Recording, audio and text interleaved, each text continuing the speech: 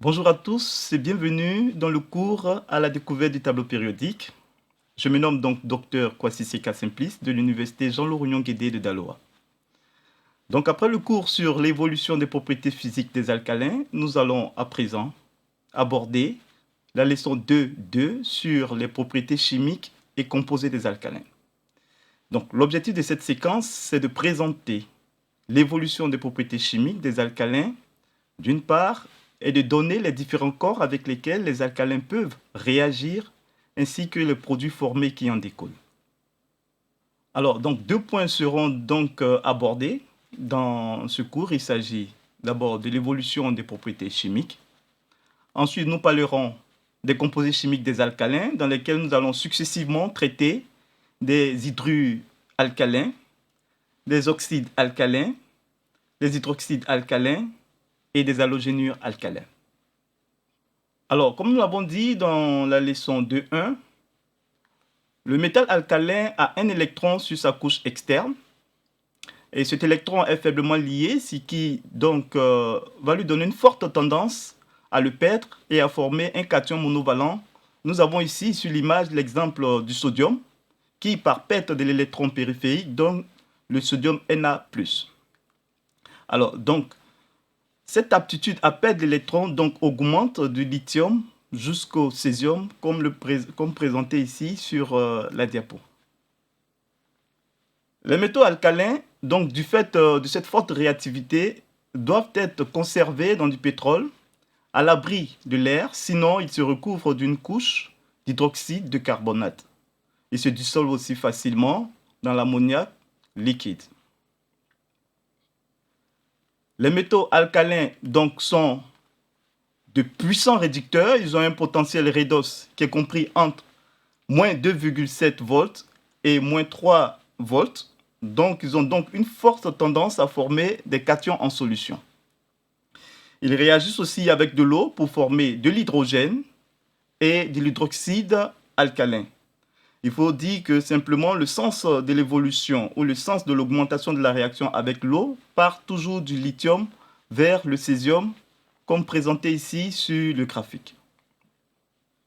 Alors, donc cette grande réactivité des alcalins va donc conduire à la formation de certains composés chimiques lorsque ceux-ci rentreront en réaction avec d'autres éléments chimiques. Le premier élément que nous allons voir, ce sont les hydrures alcalins de formule chimique MH, avec M étant l'élément alcalin. Ces hydrures alcalins ont une stabilité qui croît avec le numéro atomique de l'alcalin. Sa réaction chimique avec l'eau est donnée par la relation suivante. Donc MH, donc l'hydrure alcalin, plus une molécule d'eau, donc donne l'hydrure alcalin, c'est-à-dire l'hydroxyde alcalin, plus une molécule d'hydrogène. Alors, donc les alcalins forment aussi des oxydes normaux de formule chimique M2O selon la réaction suivante. Donc, j'ai le métal alcalin sous sa forme solide, plus de l'oxygène sous sa forme gazeuse, qui donne donc l'oxyde alcalin qui est sous sa forme solide. Avec bien sûr M étant le lithium, le sodium, le potassium, le rubidium ou le césium.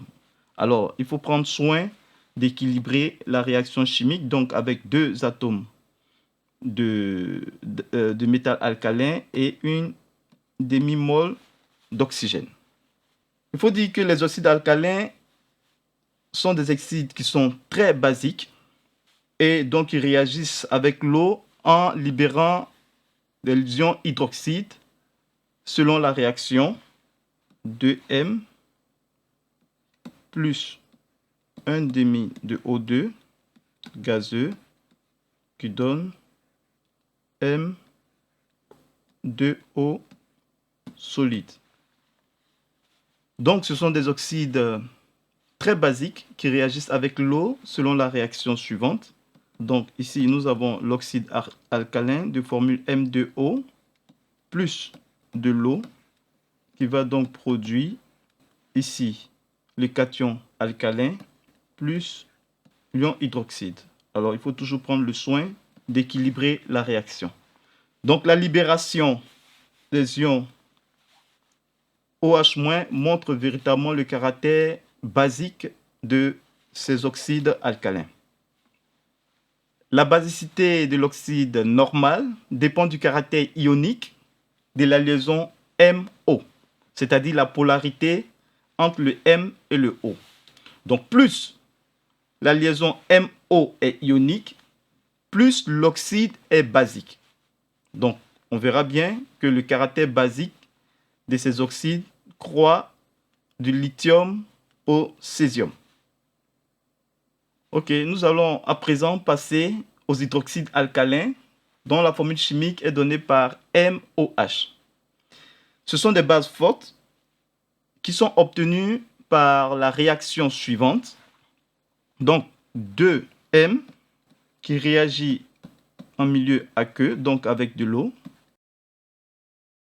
pour donner 2MOH aqueux plus de l'hydrogène gazeux. Donc cette réaction est une réaction exothermique. Elle dégage donc beaucoup de chaleur. Ensuite, nous passons aux halogénures alcalins. Il faut dire que les alcalins réagissent également facilement avec les halogènes moléculaires pour former des halogénures alcalins de formule MX. Et la réaction qui a lieu, en fait, c'est toujours le métal alcalin sous sa forme solide qui va réagir avec l'halogénure alcalin qui peut être sous différentes formes, soit gazeux, liquide ou solide, pour donner l'halogénure alcalin. Nous prenons le soin de mettre 2 pour équilibrer la réaction. L'halogénure alcalin est sous sa forme solide.